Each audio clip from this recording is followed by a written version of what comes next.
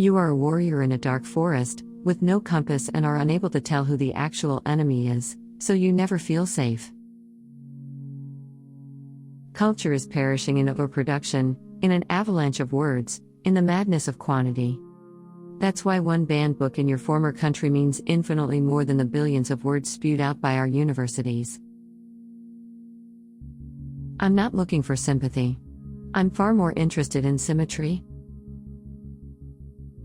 Your consciousness is actually experiencing your mental model of reality, not reality itself.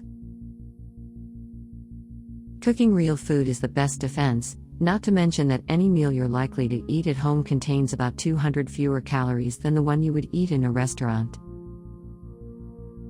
Quality is the result of a million selfless acts of care, not just of any great method that descends from the heavens. That these acts are simple doesn't mean that they are simplistic, and it hardly means that they are easy. They are nonetheless the fabric of greatness and, more so, of beauty, in any human endeavor. To ignore them is not yet to be fully human. You are sheep among wolves, be wise as serpents, yet innocent as doves. There is no problem about changing the course of history. The course of history does not change because it all fits together, like a jigsaw.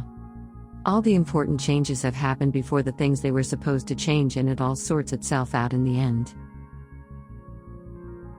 Take caution when declaring war, because you may believe it will be easy, but the war will always end in despair. You will get 0 wrong plus extra credit on the spelling test.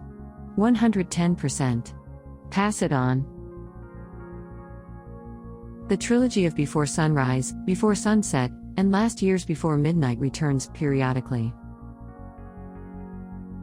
Use the truth to fight lies. Use the light to fight the darkness.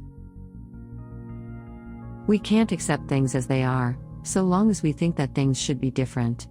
Tell us how not to believe what we think, and then maybe we'll be able to hear. It was strange how all large trees had their own personalities, expressed through their unique forms and the aura created by the combined effect of the trunk and roots, the bark and branches, the light and shadow. It was as if they could speak. Not with voices, of course, but with what they were. They seemed to stretch out to whoever looked at them. And that was all they spoke about, what they were, nothing else. We are always everywhere in the presence of reality. Indeed, the human mind is the most complex and subtle expression of reality we have thus far encountered. This should grant profundity to the humble project of noticing what it is like to be you in the present. However numerous your faults, something in you at this moment is pristine, and only you can recognize it. Open your eyes and see. No matter how our hearts break, we bend toward life, don't we? We bend toward hope. Everybody in the world is seeking happiness, and there is one sure way to find it. That is by controlling your thoughts. Happiness doesn't depend on outward conditions. It depends on inner conditions. Those wise ones who see that consciousness within themselves is the same consciousness within all consciousness beings will obtain eternal peace. Blessed are those who have undergone ordeals. They have entered into life. In a way, it's nice to know there are Greek gods out there because you have somebody to blame when things go wrong. Find 3 hobbies you love, 1 to make you money, 1 to keep you in shape, and 1 to be creative.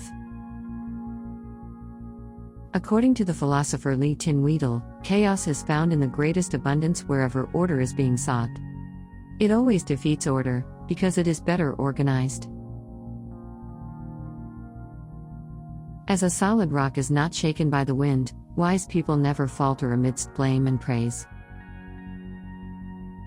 Even today, in a period of decline, the average human being is physically better off than he was a few centuries ago.